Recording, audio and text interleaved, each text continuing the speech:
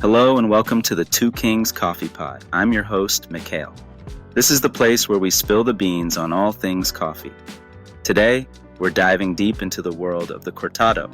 We'll explore what a Cortado is, how it compares to the ever-popular cappuccino, and not only that, I'll share with you a simple recipe to make your very own Cortado at home. So grab a fresh brew and let's get started. First and foremost, what exactly is a Cortado? Well, it's an exquisite blend of espresso and steamed milk in a 1-to-1 ratio.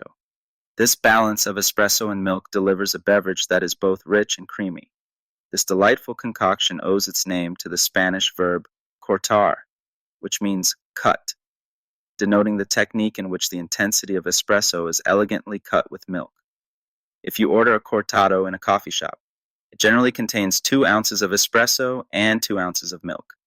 Traditionally, it's not a sweet drink, but if you fancy something slightly sweeter, you might want to try a cortadito, the Cuban version of a cortado, which sweetens the deal a little more. Now, a cortado isn't just another latte or flat white, it's all about getting the ratio right. So remember, when you order a cortado, you're asking for a perfect equilibrium of espresso and milk. Now, on to the vital question, is cortado stronger than a cappuccino? Although both coffee beverages involve espresso and milk, the contrast between the two are fascinating. Cortado is a robust and somewhat acidic blend, with the milk working not to hide, but to temper the bold espresso flavor. It's typically served in a small glass with just a slim layer of foam at the surface.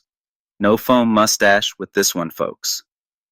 On the other hand, a cappuccino, beloved globally, reveals 3 distinct layers: espresso, steamed milk, and milk foam, all in equal parts. Unlike a cortado, a cappuccino could be embellished with toppings such as chocolate, cinnamon, or cream, making it a delightful treat. So, ultimately, when compared to a sweet, foamy cappuccino, a cortado stands as a bolder, more straightforward beverage. But most importantly, both the cortado and cappuccino carry the same caffeine punch of about 40 milligrams, thanks to the espresso shot they each contain. In case you're wondering, a standard cortado typically has 2 shots of espresso.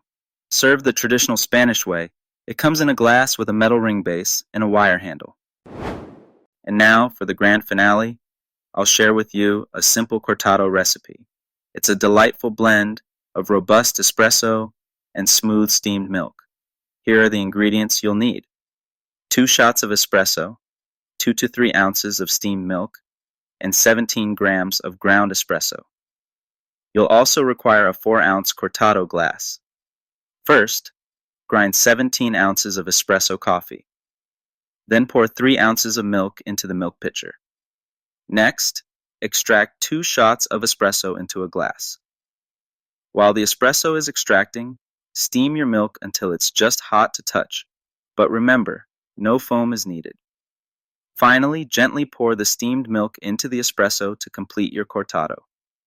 What you get is a coffee that is brimming with simple complexity and full flavored richness. It's not about the fancy latte art or the grandeur. It's all about the harmony of the flavors. This brings us to the end of today's episode. I'm your host, Michale, signing off from the Two Kings Coffee Pod. Don't forget to check out the show notes for all the links or articles mentioned in today's episode. Thank you for brewing it up with us today. Can't wait to catch up with you next time. Until then, keep brewing and enjoying great coffee.